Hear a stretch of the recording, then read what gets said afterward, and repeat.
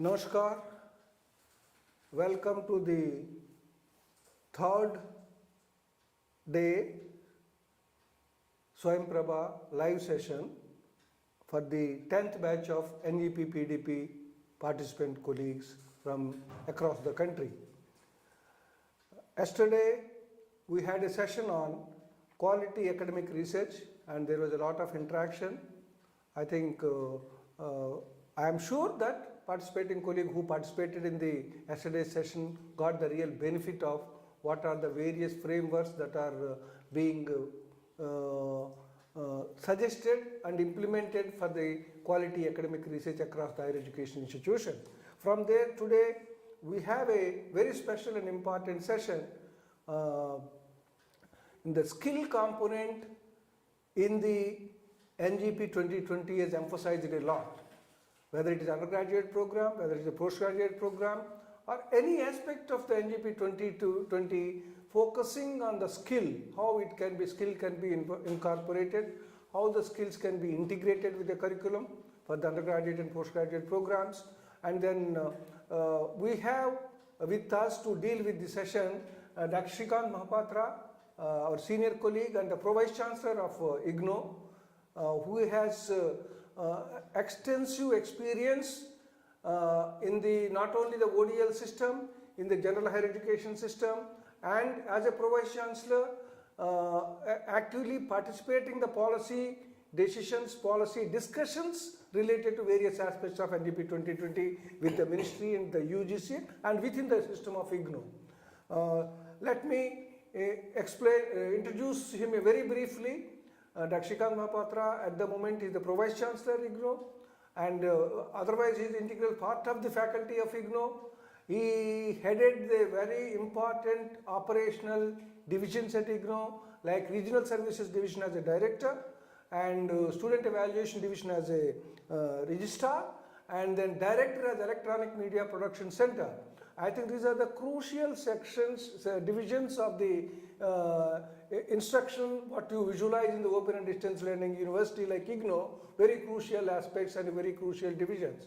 I think apart from that, he was the founding Vice Chancellor of Odisha Open University, Odisha State Open University, as a founding Vice Chancellor. With his experience of a National Open University's experience, he really put into that and he laid a foundation and he was the founding Vice Chancellor of Odisha State Open University with a minimal resources at the disposal, both human resources and the financial resources. I think the way he built the university, it has become an example for the other open universities which are coming up and the other open universities which are in existence.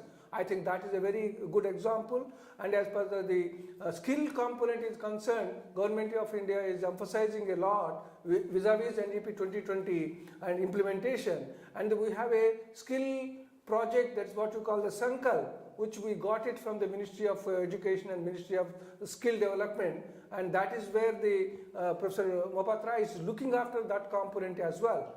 So naturally the skill project or Sankalp, what you call it, and the another important aspect which is coming in the Government of India scheme of things, of course IGNOU is actively involved, is Agniveer. Agniveer, I think you all must have heard it. So naturally these are one or two examples he will take and decide what is Agniveer visualization, what is the role of IGNOU, what will be the role of NEP 2020 in the whole of things. I think that's what he will be dealing it. Friends, without taking further time, I will hand over the session to Professor Mohapatra. I request the colleagues to note down the questions and send in the chat box where we will be interacting with you, the skill component in particular or any other major issue related to NEP 2020. Sir, welcome to the session, sir. With this brief introduction, I request you and hand over the session to you, sir. Thank you, Professor Murthy, and dear participants. It is a great privilege for me to be talking on the National Education Policy 2020 and in particular about skilling part, which has been very aptly emphasized in the NEP 2020. All of us know that the National Education Policy talks about holistic, multidisciplinary, skill-based, value-based education, particularly in the context of the higher education system of the country.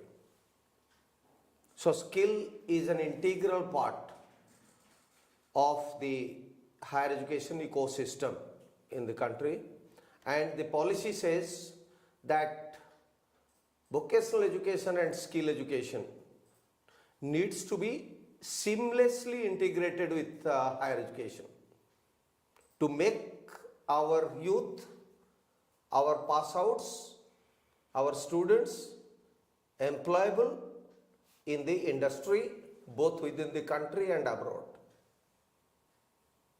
So the greatest challenge before the higher education system in the country in general is how to integrate skill education with higher education.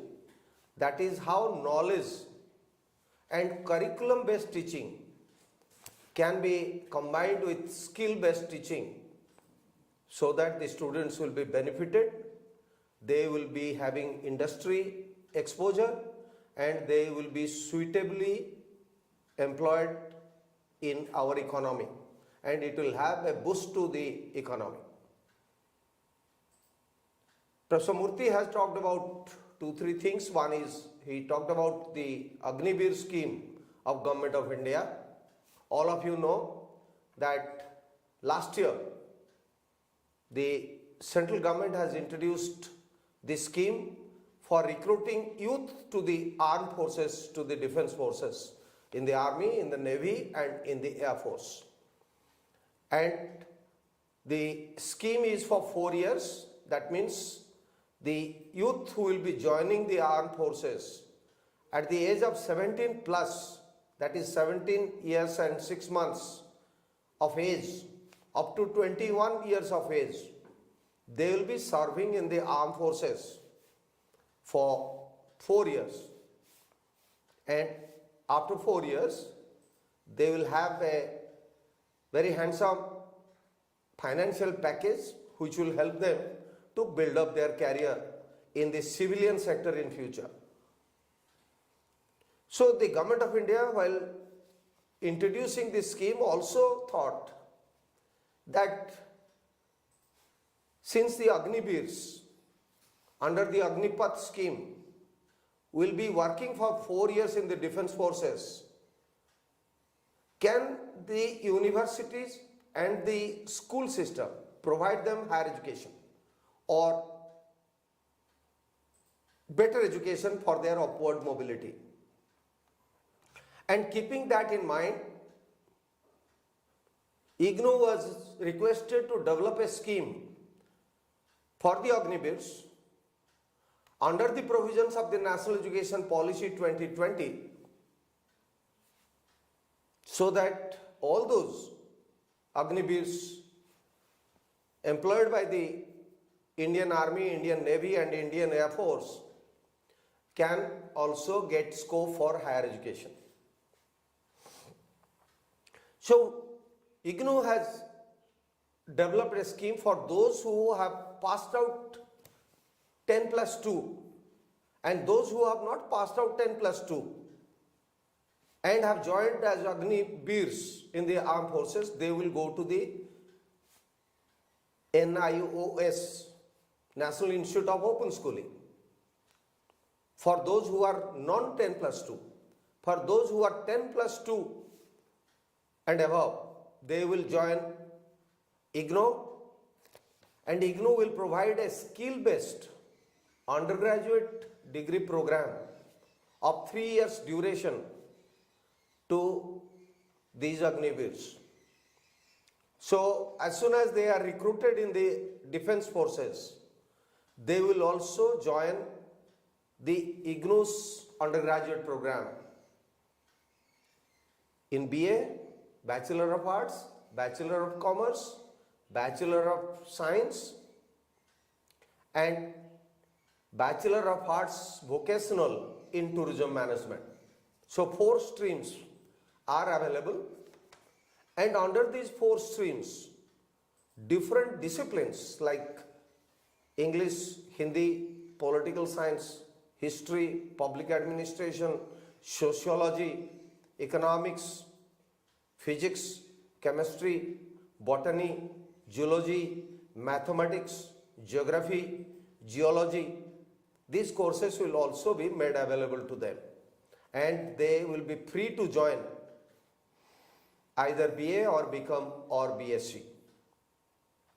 Now the scheme envisages, as per the UGC guidelines, that it will be a 3 years program, total 120 credits.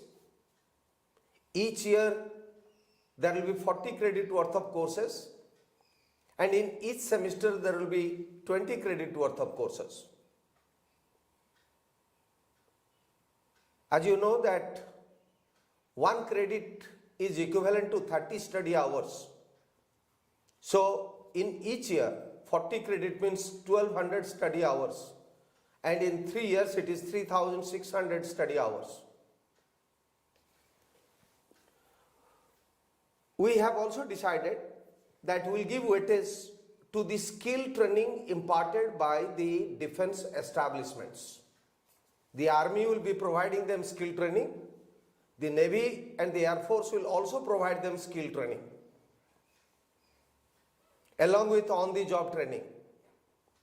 So all these skill training provided by the defense forces will be given credit weightage by IGNOU.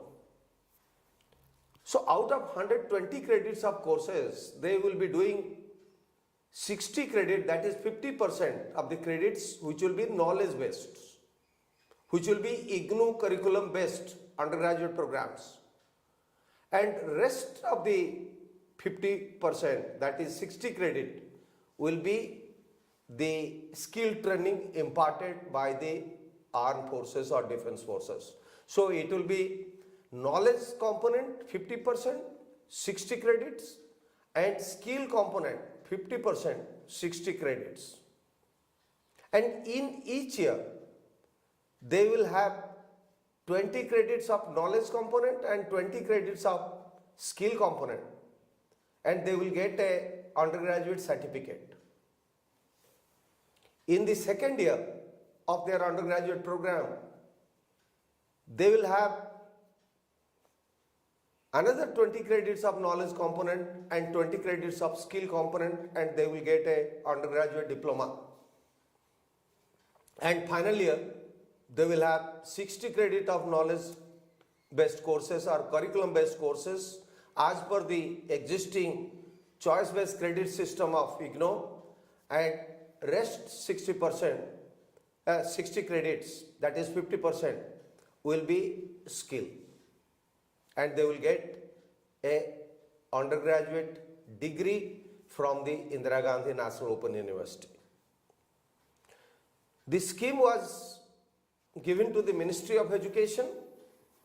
The Ministry of Education, Government of India, sent it to the 3 regulators: University Grants Commission or UGC, All India Council for Technical Education or AICTE, and National Council for Vocational Education and Training, that is NCVT.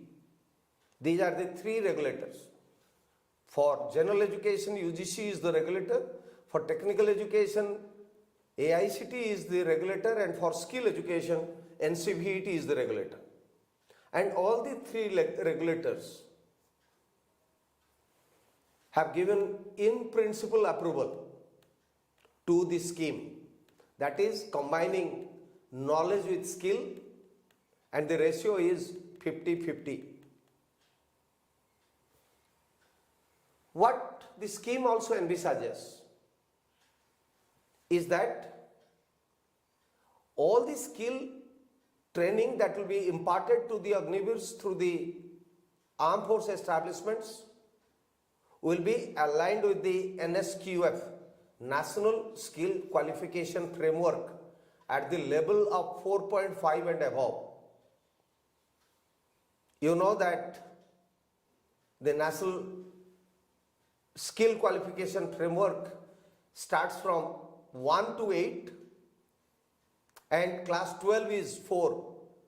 Undergraduate certificate is 4.5, undergraduate diploma is 5, undergraduate degree, 3 years undergraduate degree is 5.5, and 4-year undergraduate degree is 6. And then your PhD is the maximum, that is 8. So we have said under this scheme is that all the skill training that will be imparted to the Agniveers will be aligned with the NSQF at the level of 4.5 and above. And all the skills that will be imparted should be recognized by the NCVET, National Council for Vocational Education and Training. And then only IGNOU will accept these as the skills as per NSQF alignment and at the appropriate level of 4.5 and above for award of a undergraduate degree. Now the entire scheme has been approved by the Ministry of Education, Ministry of Skill Development and Entrepreneurship, and Ministry of Defence, and by the 3 regulators, that is UGC, AICTE and NCVET.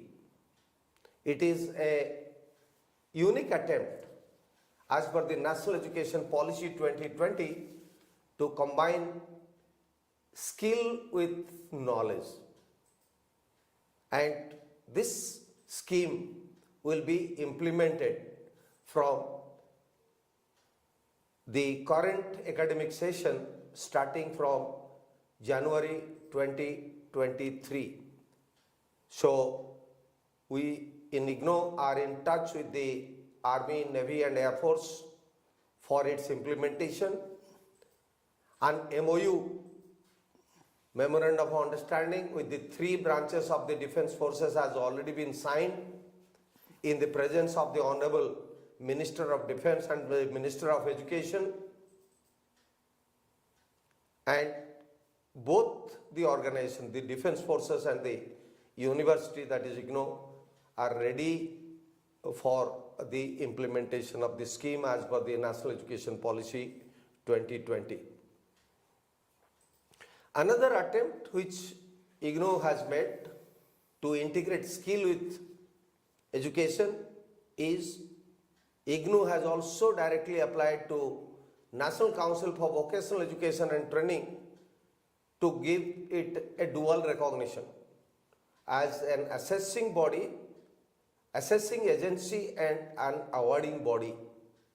That means we will develop our own curriculum which are skill based, skill oriented, and we will be doing the evaluation, examination, we will provide the training, hands-on training and other on-the-job training which are required, and we will also give certificates for skill competency. So National Council for Vocational Education and Training has also kindly accepted our proposal and has given us a dual recognition as an assessing agency and as an awarding body.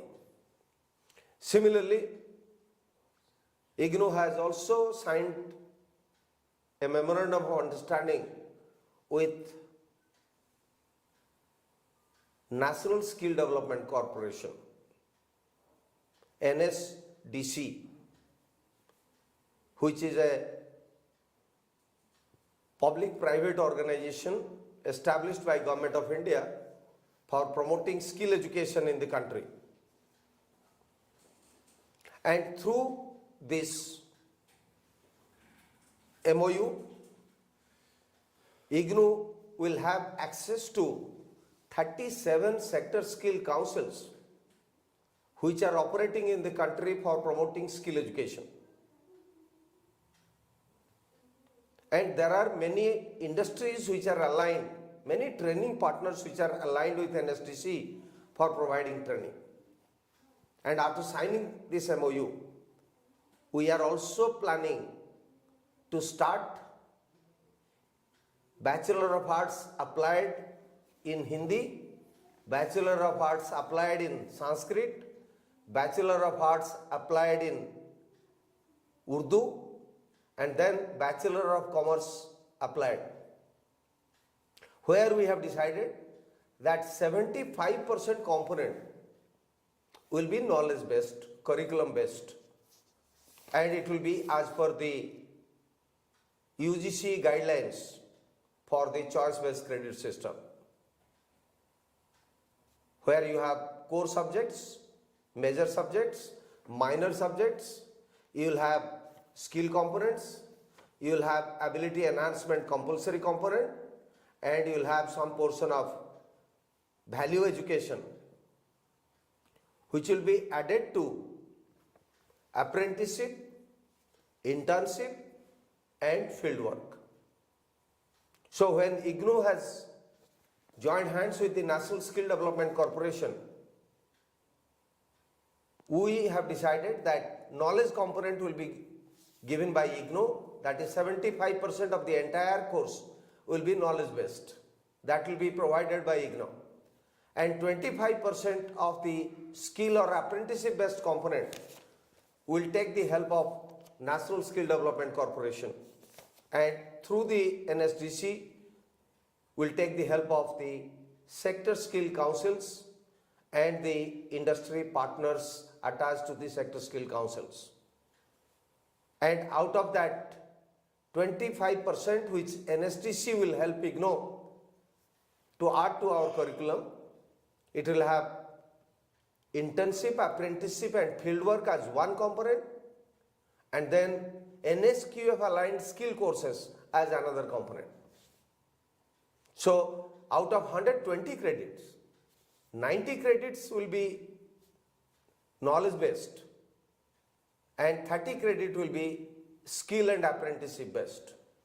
So this is another example I would like to share with all the participants, where university has made an attempt to combine knowledge, curriculum with skill, so that the students will get exposure. Even the students of Hindi, students of Urdu, students of Sanskrit become students.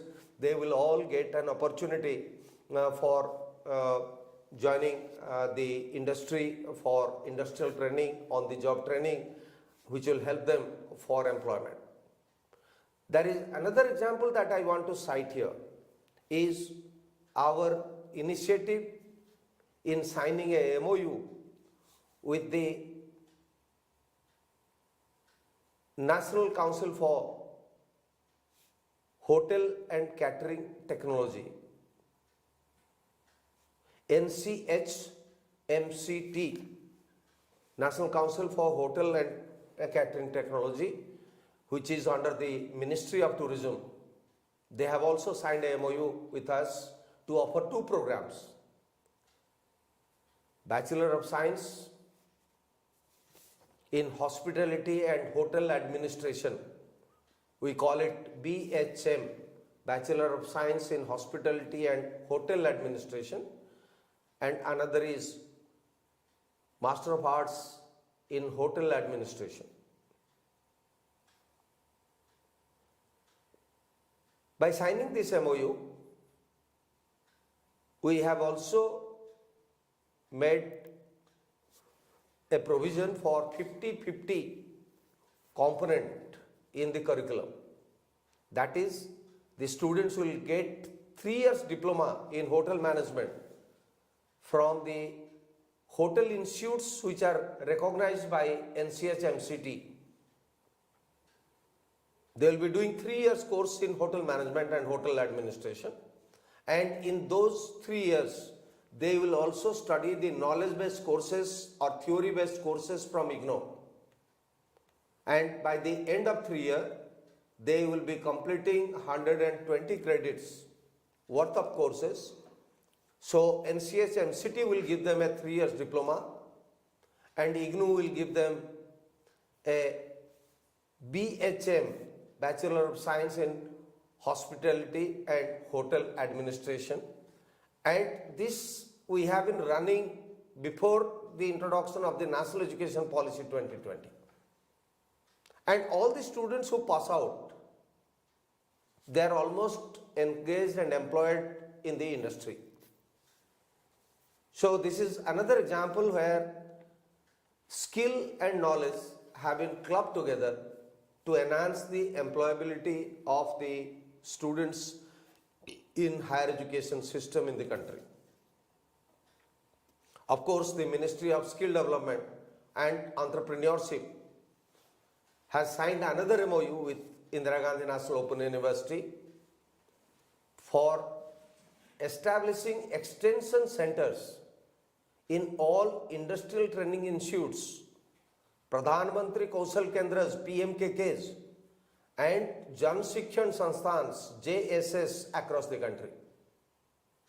And these extensions, and also the National Skill Training Institutes, NSTIs, there are 33 NSTIs across the country which have all signed MOU with IGNOU. So, all ITIs, we started with the government ITIs. All Pradhan Mantri Kaushal Kendras, there are around 700 Pradhan Mantri Kaushal Kendras, and we have established our extension center in 300 Pradhan Mantri Kaushal Kendra. And across the country, ITIs, PMKKs and JSS all together are more than 1,000 where IGNOU Extension Center has been established. And the function of an extension center is that it will be a registration center, it will act as an information center, it will act as a facilitation center, it will act as an examination center, and more importantly, it will act as a skill hub or a skill training center for the students of these institutes as well as the students of IGNOU whenever they are required to do some hands-on training for their skill component in the curriculum.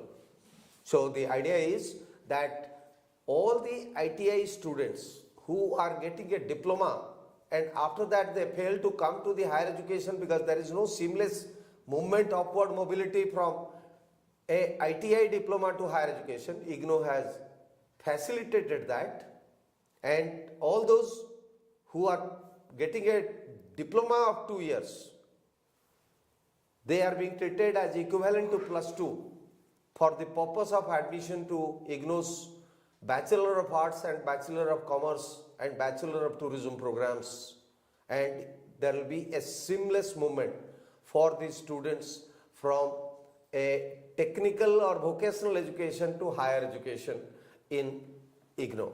So these ITI centers will definitely help for that kind of a movement, and the Ministry of Skill Development and Entrepreneurship, which is the overall controlling authority for these ITIs because they control it through the DGT, Director General of Training, and Director General of Training is a authority or an officer under the Ministry of Skill Development and Entrepreneurship.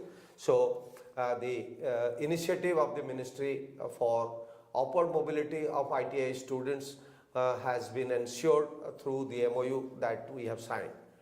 And finally, I would say that we have also signed another MOU with the Ministry of Skill Development and Entrepreneurship, about which Professor Murthy was just now referring.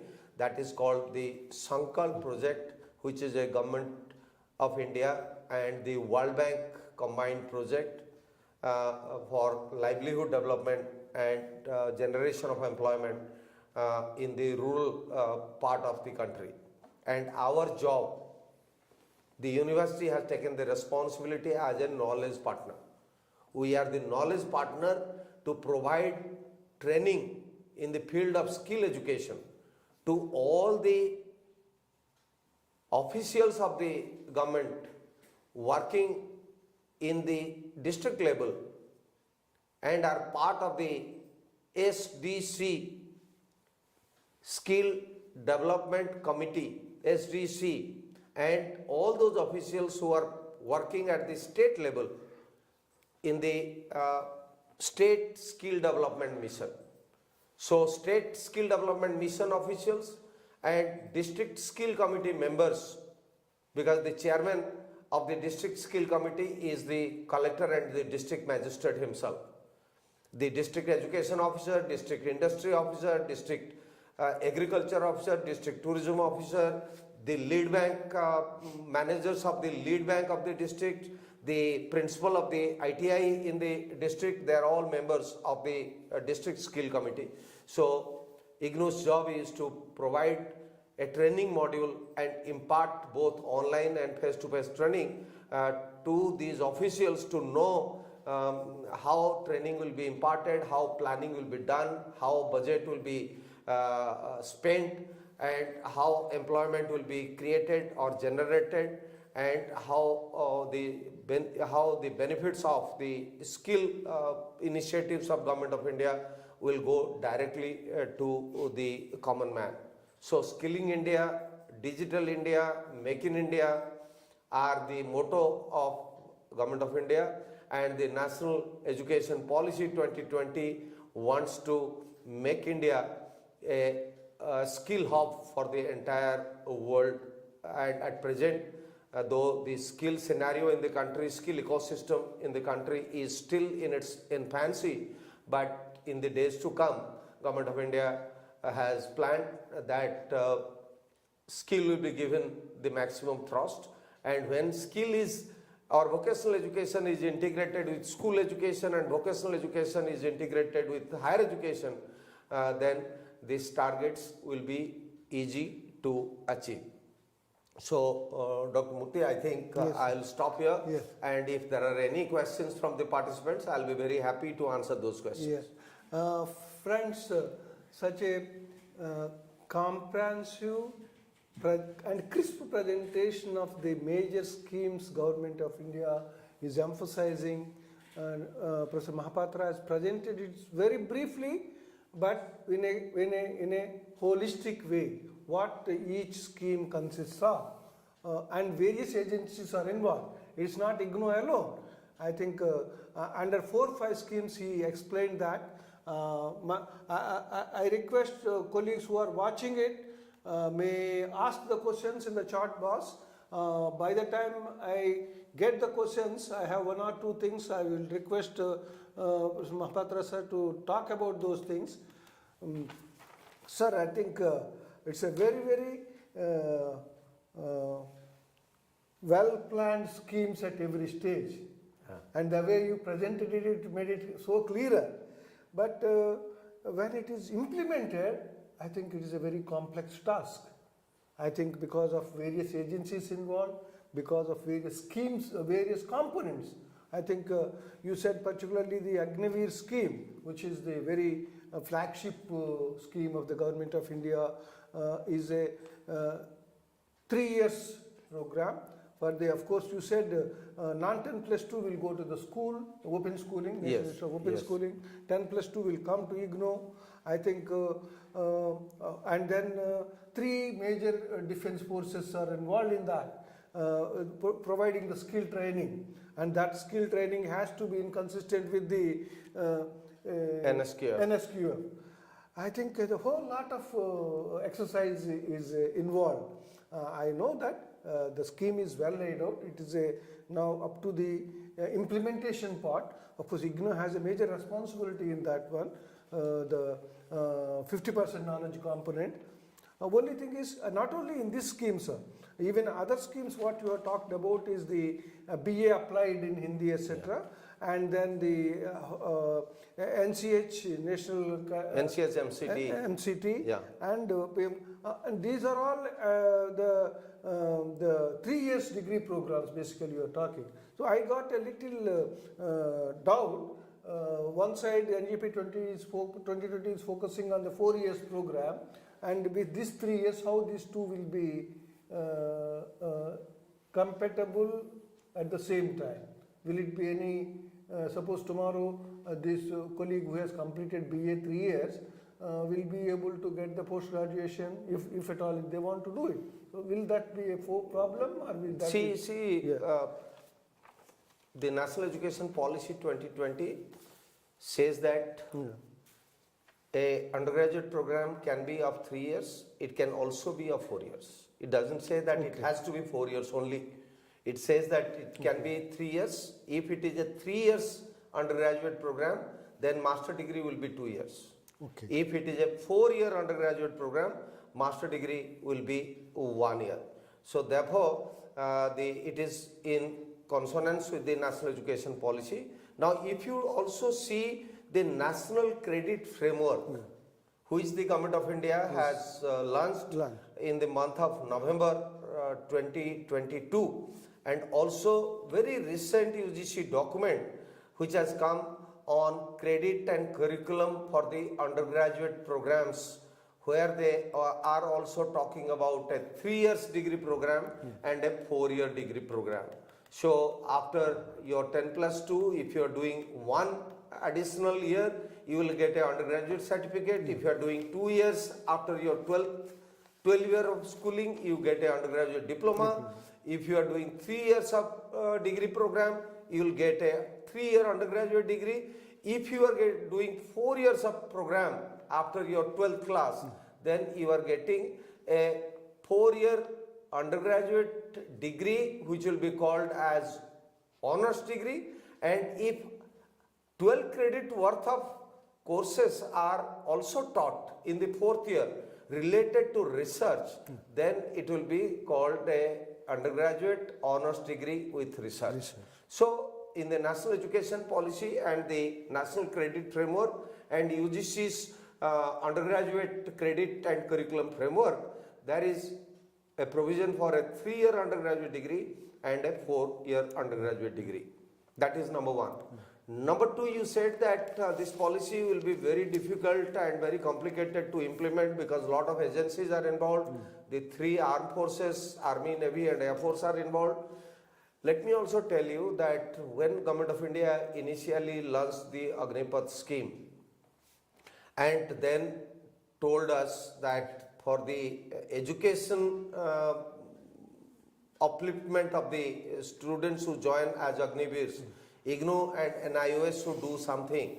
Not only IGNOU and NIOS are working hard, it is the 3 branches of the armed forces, Army, Navy and Air Force are also working hard.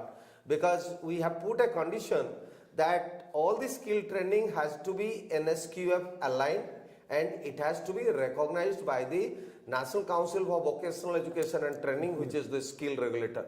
So the Army, Navy and Air Force are constantly in touch with NCVT. They are in touch with us, but at the same time they are also in touch with NCVT. Now you will be happy to know that when the day IGNOU signed the MOU with the Army, Navy and Air Force, NCVT has also signed MOU with Army, Navy and Air Force for this Agniveer scheme. That means all the skill training that they will impart, now they have dual recognition as an awarding body as well as an assessing agency. So for skill training, Army, Navy and Air Force are separately awarding body and assessing agency, and IGNOU as such is a university. For curriculum based, IGNOU does not require any approval, but for combining 50% skill with 50% general education, IGNOU has been declared also as a awarding body and an assessing agency. So all the regulatory mechanism of UGC, AICTE and NCVT have been given due credit and duly acknowledged and have been duly followed. So there will be no difficulty in implementation of the schemes for the Agniveers. Yes, sir. I think, thank you, sir. It's very well explained because not only naturally I have not gone through the total process of Agniveer. So naturally the way you presented, it will help our own colleagues who are watching this, what is this scheme all about and what are the benefits out of the scheme to those youth joining in the Agniveer.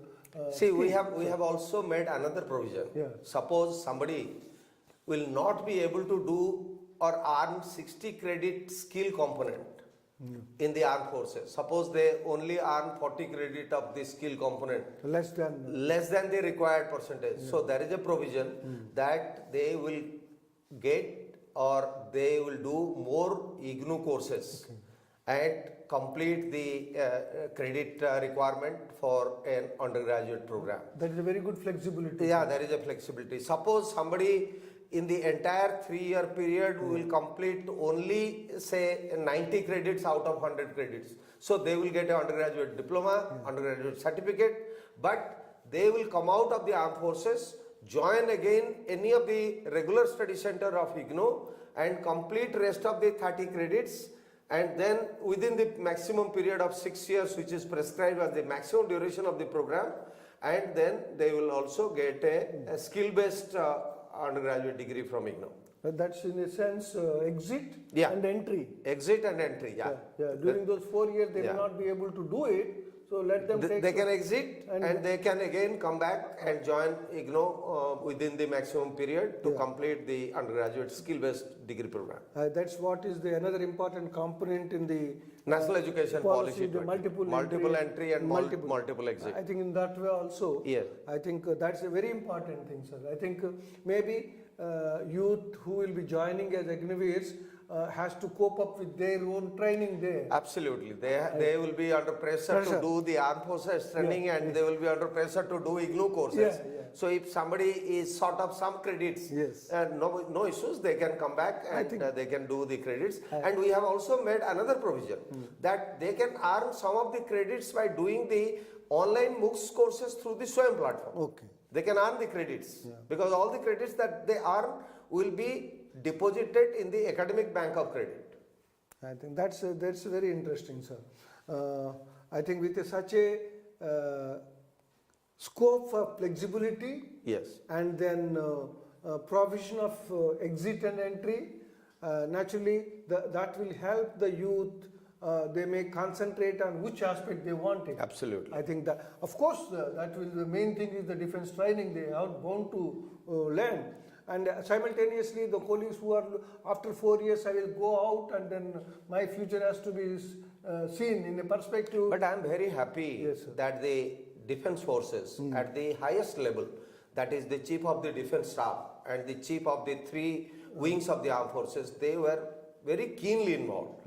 The Ministry of Defense was keenly involved. The Ministry of Education and Ministry of Skill Development, they were all keenly involved in this scheme so that the education part of the youth who are joining as Agniveer is not neglected, and when they go out of the armed forces, they will maintain a dignified life by virtue of their training, discipline, and also the degree. So they will get good jobs once they go out of the armed forces. That's the idea. When the initial scheme came in the public, Yeah. so naturally a reaction from many educated or not educated both.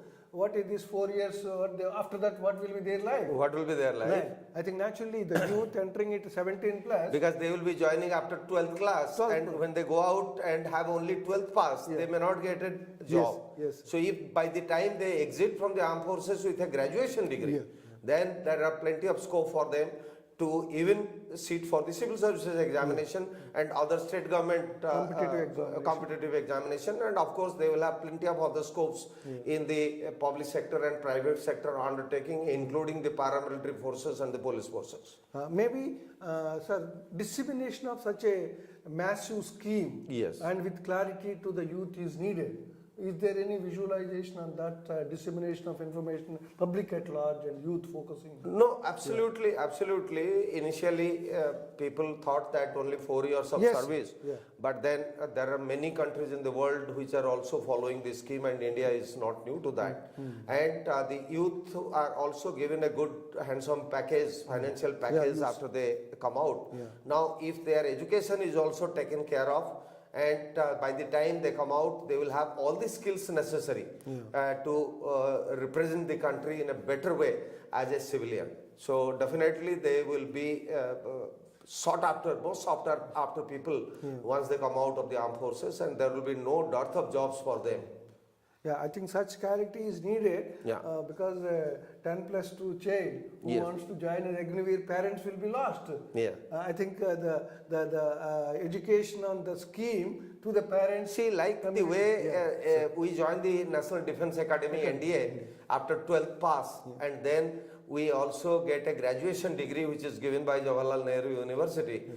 So they pass out from the National Defense Academy as a commissioned officer, and by that time they commission for joining the Indian Armed Forces, they are also graduates. I think that is the almost Absolutely. visualization on the same lines, sir. Sir, when is the scheme? You said it started in the 2023 already, or See, as per the MOU, it is starting from January 2023. Yeah. Now, all the three armed forces have almost about to complete the recruitment process of the Agniveers. So, once the recruitment process is over, we will take a little time to induct them to our academic programs of the university. But since initially the training component will be maximum, probably the armed forces may think of giving the choice to them whether they want to join this session or they want to join the next session. Those who want to join the January 2023 session, I think IGNOU has no issues. IGNOU will immediately admit them to the January 2023 session. Otherwise, if some of them want to join the next session starting from July 2023, IGNOU will also welcome them to its fold as an undergraduate student. Sir, is there any numbers the government of India visualized to enroll them in these forces? Is there any fixed number? See, there is no fixed number, and as such, IGNOU doesn't have a fixed number. Yeah. Because IGNOU can take any number of That's why students. I asked that question. Yeah. So all these Agniveers will be given the option to join for their higher education, and they will all join. The number will depend on how many are being recruited as Agniveers by the Army, Navy, and the Air Force. Obviously, Army will be having the largest number, and then followed by the Air Force and the Navy. So, as far as numbers are concerned, IGNOU has no issues. IGNOU can take any number of them. I think that's a very positive thing.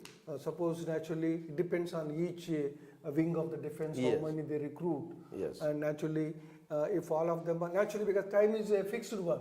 Within the 4 years they have to enroll it. They have to enroll, and Yeah. they have to also give them 60% of the credits Credits, for skill component. Yeah, I think within that 4 years only they have to do that skill component. Yes, Once they yeah. come out, it will be They difficult. cannot do the skill Yes. component. But when it comes to IGNOU, even if they are coming out, then they can take part. Yes, That's yes, another advantage. yes. I think that is there in the scheme of things. If they join the undergraduate program and fail to complete the skill component, they will not get a skill bachelor degree, they will get a general bachelor. General badge. That provision is also there. Yeah. Sir, I think very nice that clarity on various issues. Is there any document where the public can view it, or anywhere? Is it a website where they can approach for this type of details? See, the MOU was signed very recently. So yes, we can place the copy of the MOU in the public domain. But lot of press coverages have come out, both by the print media and the electronic media. So, but we can still think of our academic council, our board of management. They have all approved this scheme. So all the statutory authorities and statutory bodies have approved this scheme. So it is in the public domain. Even the Ministry of Education has accepted this scheme as its own scheme. But IGNOU is only the implementing authority, agency. Because why I ask that is, MOU has some details. Yeah. But later to the MOU, the implementation part still worked out by the defense forces and IGNOU as well. There is a provision for a joint coordination committee with representative from the armed forces and IGNOU. So the operational modalities will be discussed and mutually agreed upon in the joint coordination committee. I think that's a very important thing, sir. Sir, I think out of quite a few schemes which you explained, I would like to ask you about the Sankalp one, a little more clarity. What is the core area? You said that the Government of India and World Bank combined project, IGNOU as a knowledge partner. I think who are the clientele group or a target group who are visualizing? See, under the provision, out of some 700 plus districts, they want us to cover, to start with 400 districts, and they want in 400 districts, they want 4,000 district officials to be covered. So the target group are the members of the district skill committee headed by the district magistrate or the collector. And as I have said, all the district officers like the additional district magistrate or the district education officer, district industry officer, district agriculture officer, district forest officers, district level lead bank managers, the ITI principals, they are all members of the committee.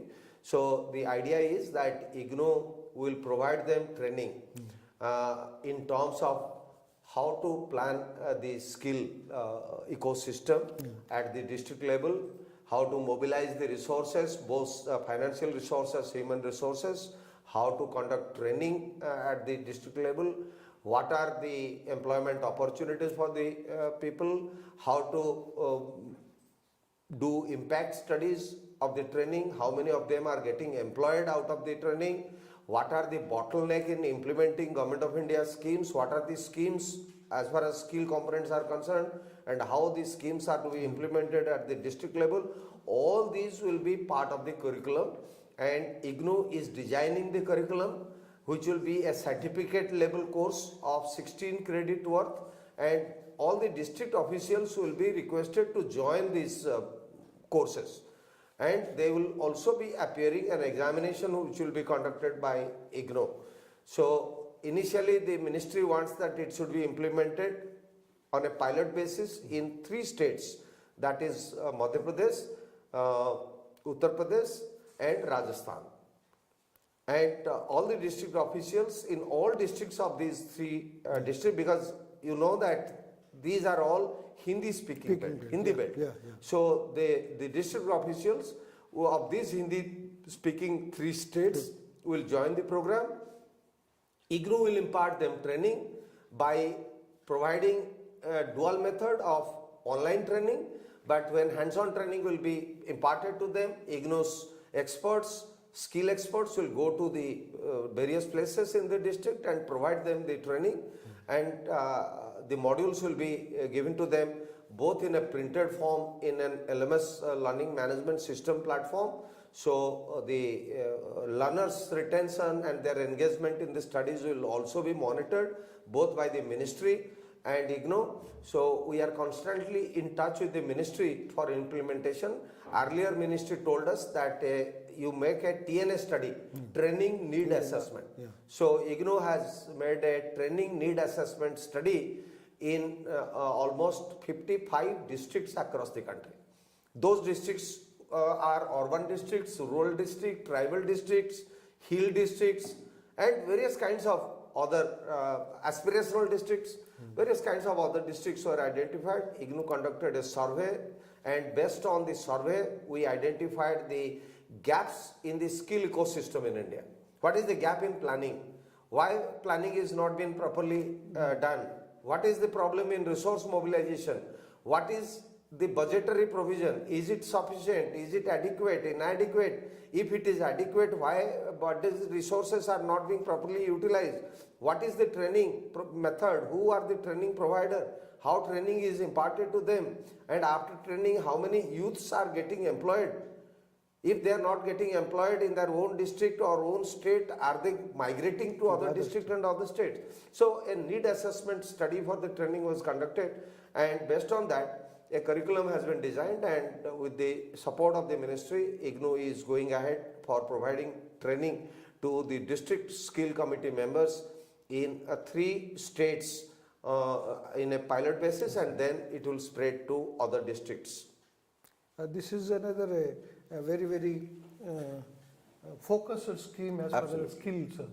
I think naturally we have to hit with the right place. Yes. So you're starting with the state level officials, then going to the district level officials, and then naturally all officials are not well aware of planning a small scheme. They are not well aware of. Even we are talking about resource mobilization.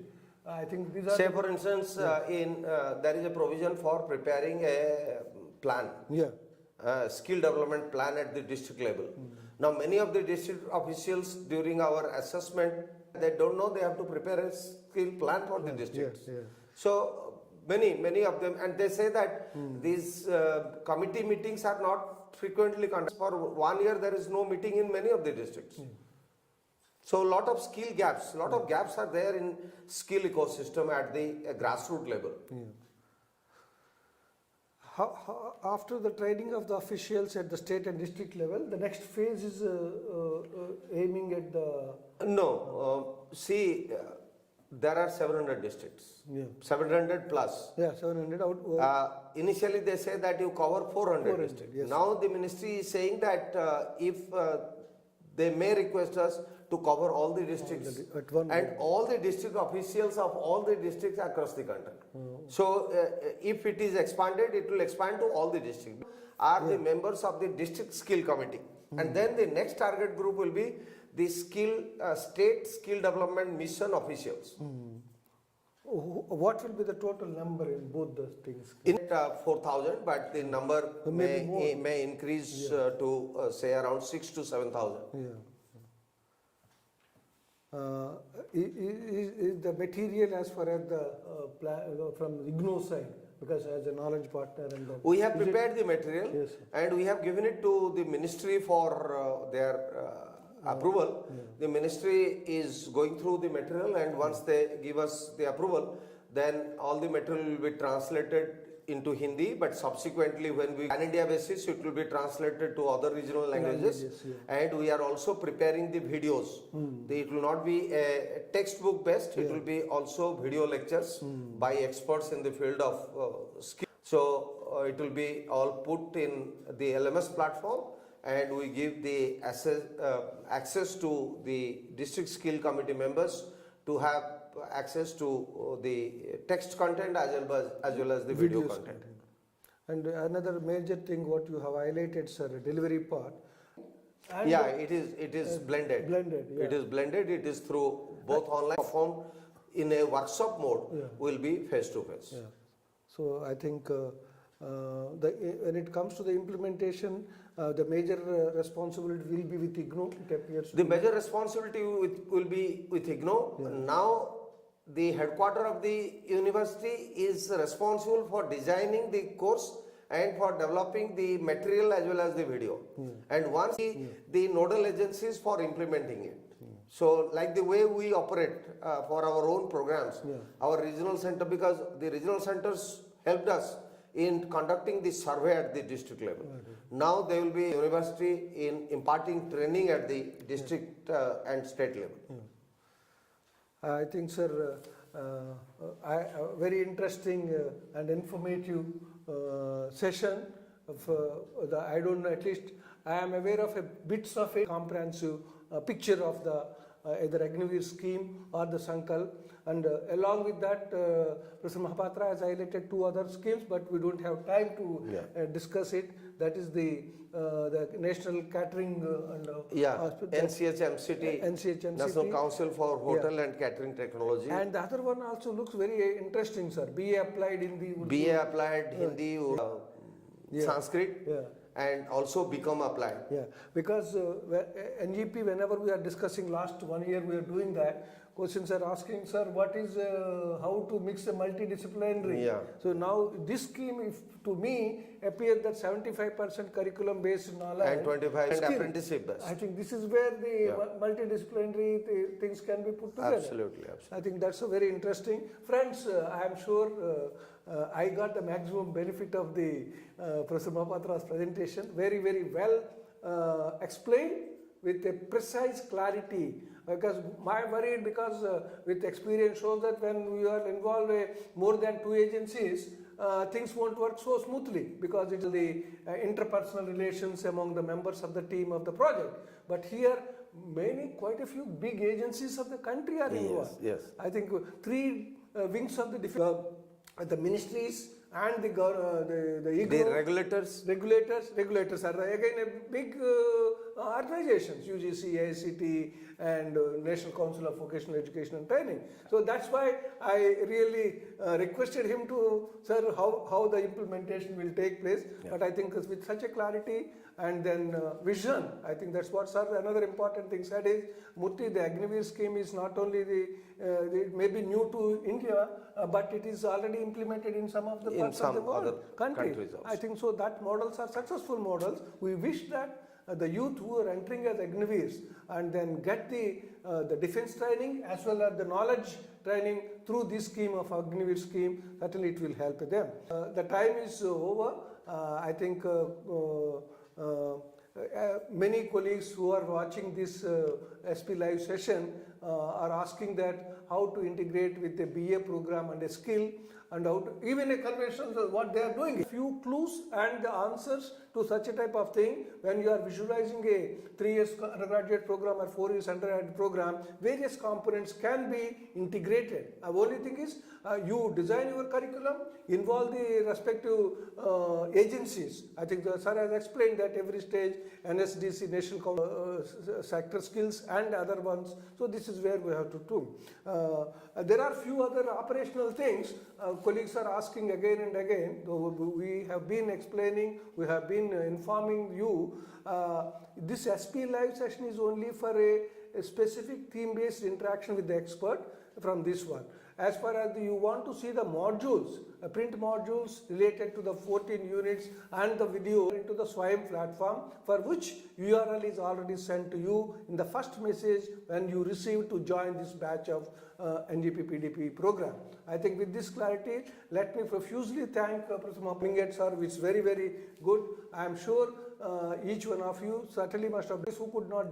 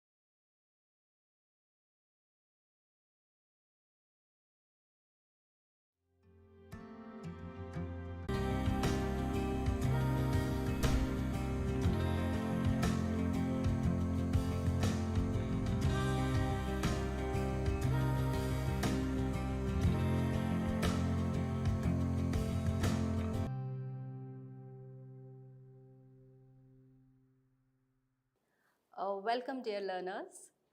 I am Professor Mona Khare, currently heading the Department of Educational Finance and also associated with the Center for Policy Research in Higher Education at the National Institute of Educational Planning and Administration, popularly known as NEPA in New Delhi. It is my great pleasure to be talking to you today on a very, very important aspect that has been included in National Education Policy 2020, that is skills training, vocational education and graduate employability in India. Now, what I thought was, before we start talking specifically about the National Education Policy 2020, let us very quickly challenge in the country and across the globe. Now, needless to say that as the very concept of development shifted from economic development to social development and later to human development, investments in education became paramount for two reasons. The quality of jobs that it was rendering to the educated youth. That is how the new wave of linking education to skills and vocationalization, work-based skills and vocationalization gained importance century onwards and became more strong in the 21st century. Now, as the literature is coming forth, evidencing the closeness between higher and higher levels of learning with better development, not just for the self, but also for the whole community and for the whole globe, as has been embedded in the Sustainable Development Goals of 2030. The importance of higher education integrating with skills and vocationalization is growing day by day. So it is in this context, let us very quickly see what are the challenges that the educated youth in India have been facing as far as their employability or job readiness is concerned.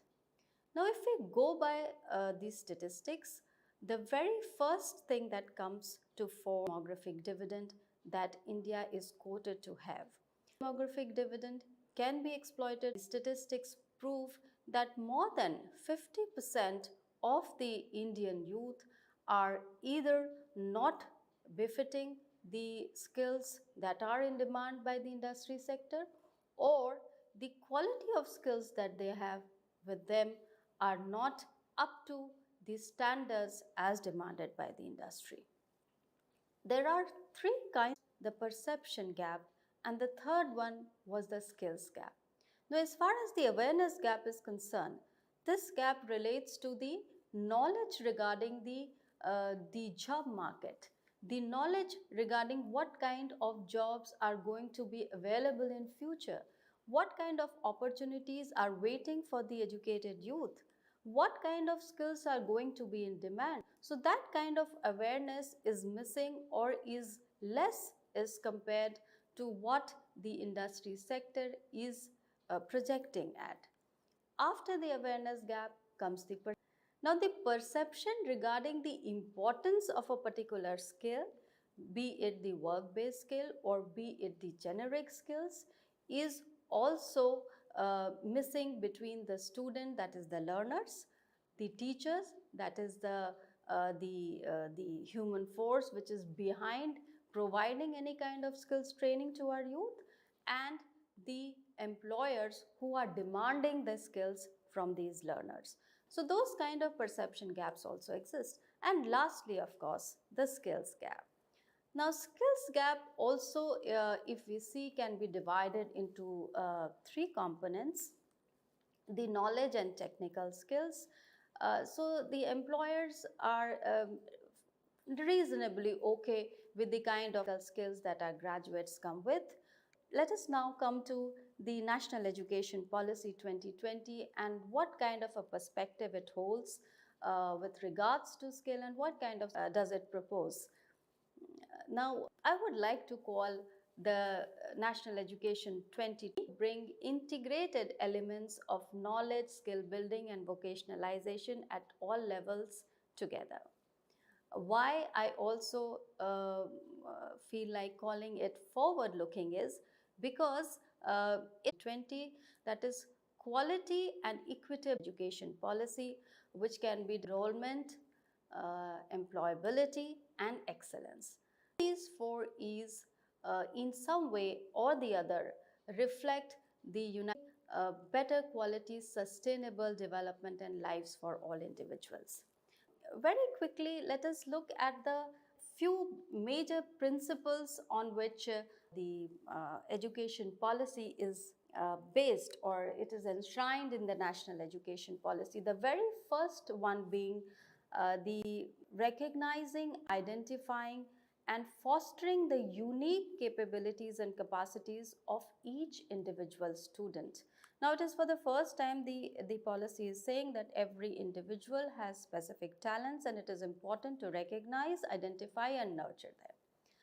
The second aspect, which is very new in the policy, is the multidisciplinarity and skill base to be brought in together at all levels.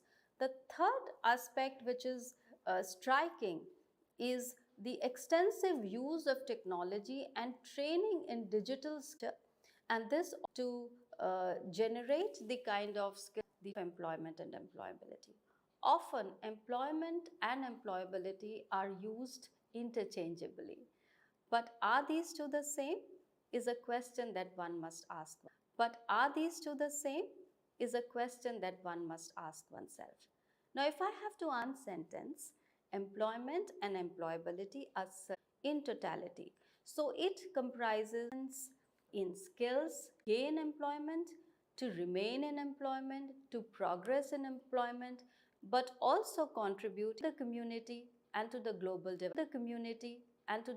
development as well, aiming at sustainable development that flows down the generations. So this is how the concept of employability has to be understood, and this is how the concept of skills delivery has been encompassed in the National Education Policy 2020. The second aspect of industrial revolution, and now the fifth industrial revolution knocking the doors, which is based on IT-based high technologies, artificial intelligence, big data management, etc., etc. So how demand for new skills every day. So on this point also, the National Education Policy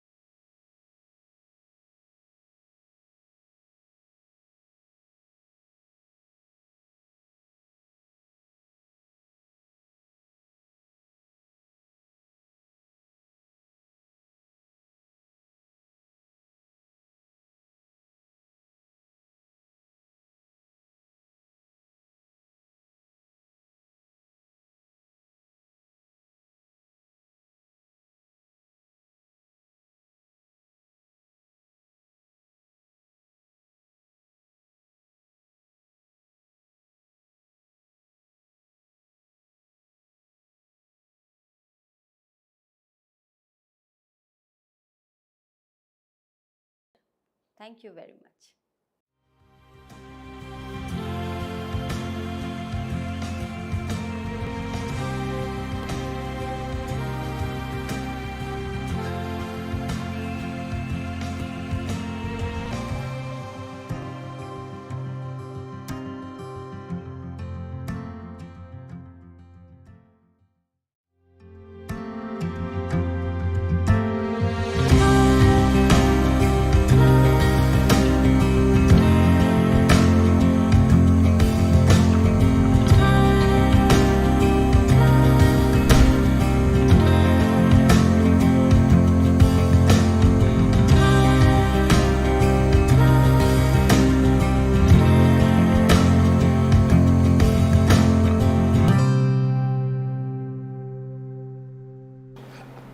Welcome learners. I am Dr. Pankaj Mittal. I am working as Secretary General Association of Indian Universities. In fact, only the second Women Secretary General of AIU in 97 years of its history. So today I will be speaking to you about access, equity and inclusion.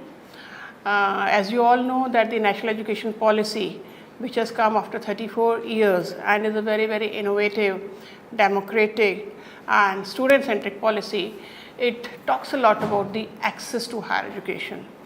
And you would also know that the access means access which is measured through the gross enrollment ratio, that right now for our country is 27.1. That means, what does that mean? It means that out of 100 students in the age group of 18 to 23, only 27 students are enrolled in higher education. That looks bad because many of the developed countries have something like 67%, 71%, 75% at the gross enrollment ratio.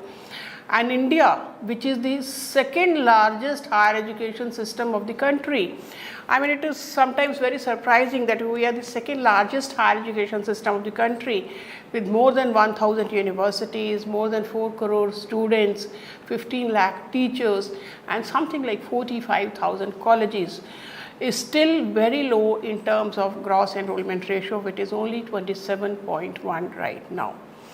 So the national education policy, it spoke a lot about access, means access to higher education. It also spoke a lot about equity. When I say equity, means access to higher education across, say, geographical boundaries, across various social groups, across various areas like rural, urban, or rich, poor, or SC, ST, or minorities, or means border hill area universities. So the access and equity go hand in hand. And the national education policy says that the access should be raised to something like 50% by 2035. That means that out of 100 students in the age group of 18 to 23, and why I take 18 to 23, because that is a relevant age group in which the students are entering the higher education system. So the national education policy says that in the relevant age group of 18 to 23, by 2035, 50% of the students should be in the institutions of higher education. Now, how do we achieve it? So if we really want to improve the access, what are the possible ways of increasing the access to higher education? See, one very simple method will be that increase the number of universities and colleges. The government can be asked to increase the number of universities and colleges, but as you all know, it's not very easy because a lot of funding is involved in opening new universities and colleges. So it can be open, but not to that extent which can cater to the GER of something like 50% by 2035. So what could be the second method? Second could be maybe increase the intake capacity of the existing program. So in a class, if you are having say 30 students or 50 students, increase it to 70, 80. So that can also increase the access to higher education because more students will be enrolled in higher education. But again, as you know, that it affects the quality because large group of students in a particular class will not be very good for imparting quality education, especially the personalized education which the NEP is talking about. And also there will be issues with regard to the infrastructure because every classroom will not be equipped to handle these many students. So what could be the other method? Maybe the third method could be that we can have the public-private partnership. That means we can encourage many private institutions to run the, or rather maybe establish more universities and colleges so that the students can enroll in those universities and colleges and we can increase the enrollment. That is a very good way of increasing it. But then there are quality issues associated with it because some private institutions are very good, they can be giving quality education, but some are there for profit motive also. So that could be a way, but then it has to be done with a lot of sort of carefulness. We have to be carefully selecting the private participation in higher education. But one novel way which I think of is when we say that we do not have money to open more universities and colleges, and we also say that there is a lot of unemployment in the country. Can you think of this novel idea that what is the capacity of our higher education institutions and how much we are using them?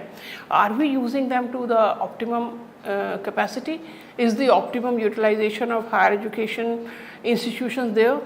Now you all know that India has a large higher education system, and that means we have so many universities, colleges with large infrastructure in terms of say buildings, labs, libraries, classrooms, such a large infrastructure. And can you imagine how much time it is used? So if you just do a simple mathematics in UGC for a long time, and we have been projecting that 180 actual teaching days are mandatory in a year. So that means out of 365 days, 180 actual teaching days means half of the year. Half of the year is gone. And every day the university is not open for more than 8 hours. So that means 1/3 of a day. So 1/3 and 1/2 will make it 1/6. So that means whole of our infrastructure we are using only for 1/6 of the day. That means not more than 15 to 16% of utilization of the existing infrastructure. We cry at the top of our voice that India is a poor country, but are we a poor country if we are able to afford wastage of something like 80 to 85% of our existing infrastructure? Can we think of something like flexi timings in which the universities can open early in the morning, can work till late in the evening?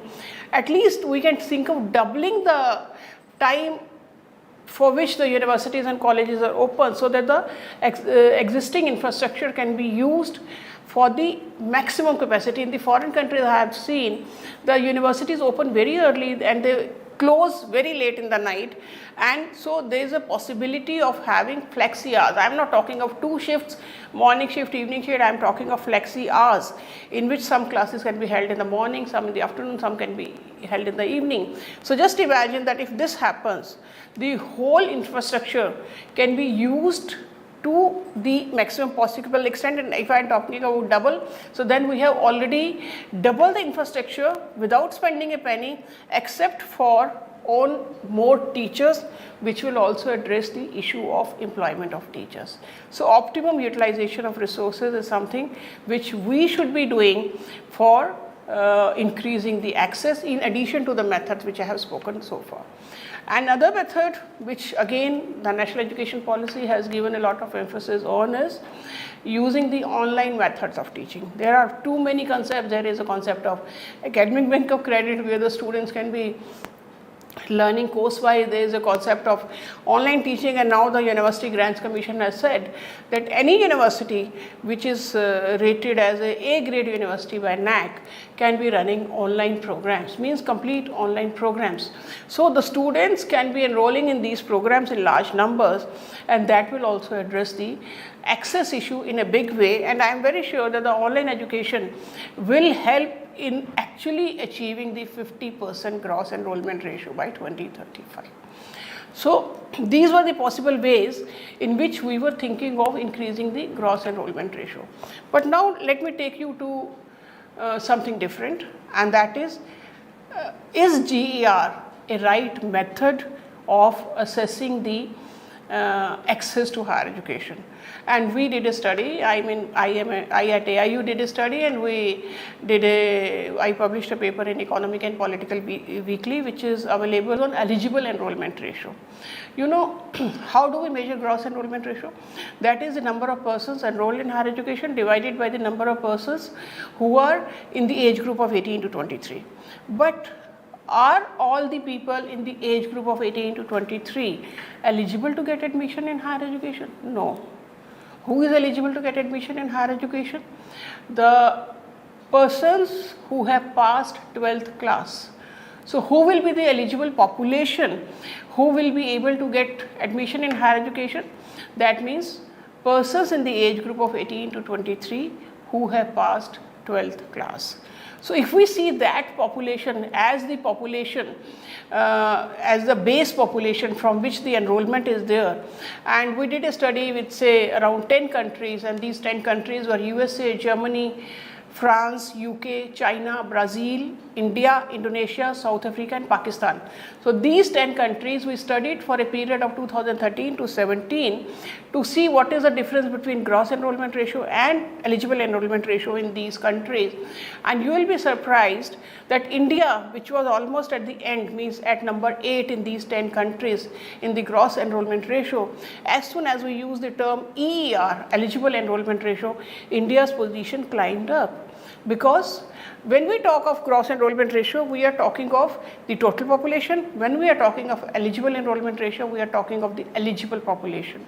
And when we talk of eligible population, India's EER, you know that India's GER is 27, but India's EER was 65. And that was almost equal to the EER of developed countries.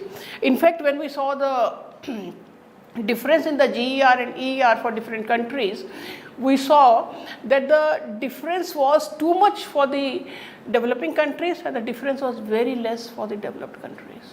So you can see in the graph that how the average GER and EER of 10 countries is there, and you will see that in India it is 27 and 63.7 or 65 for India, and there is a large difference of almost more than 35 for India. But if you see the countries like USA, in USA the GER is 88 and the EER is 95. In Germany the GER is 67 and the EER is 85. So the difference is very, very minuscule, but this difference becomes large for the countries which are developing countries like India. So what does that mean?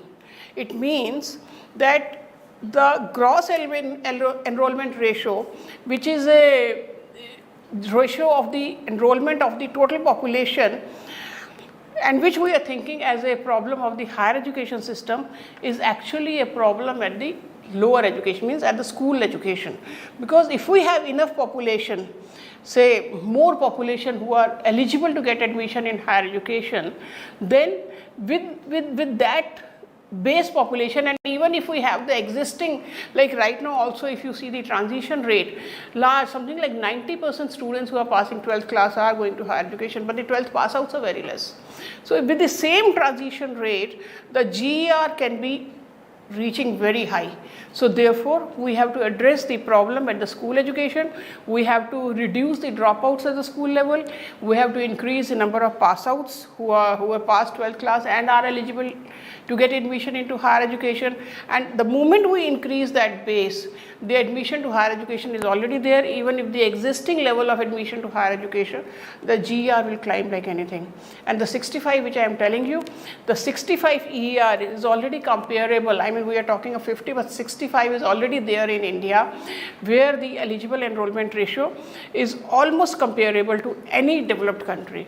Therefore, my opinion is that when we measure access and equity, we should be talking of both, because GER is a concept which is widely used, so we don't say that GER should be not used at all, but GER should be used along with the EER.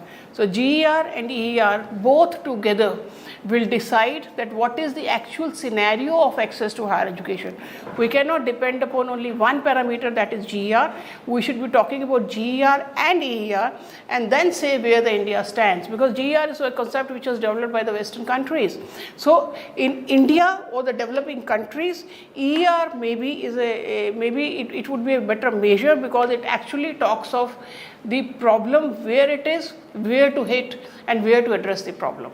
So with that, I would like to thank all of you for listening patiently, and I hope that both, I mean, there were many suggestions which I gave today, but the two suggestions, one is optimum utilization of resources, and second, using GER and EER both as parameters for measuring the access to higher education would go a long way in measuring access and in projecting India in a better light in front of the world.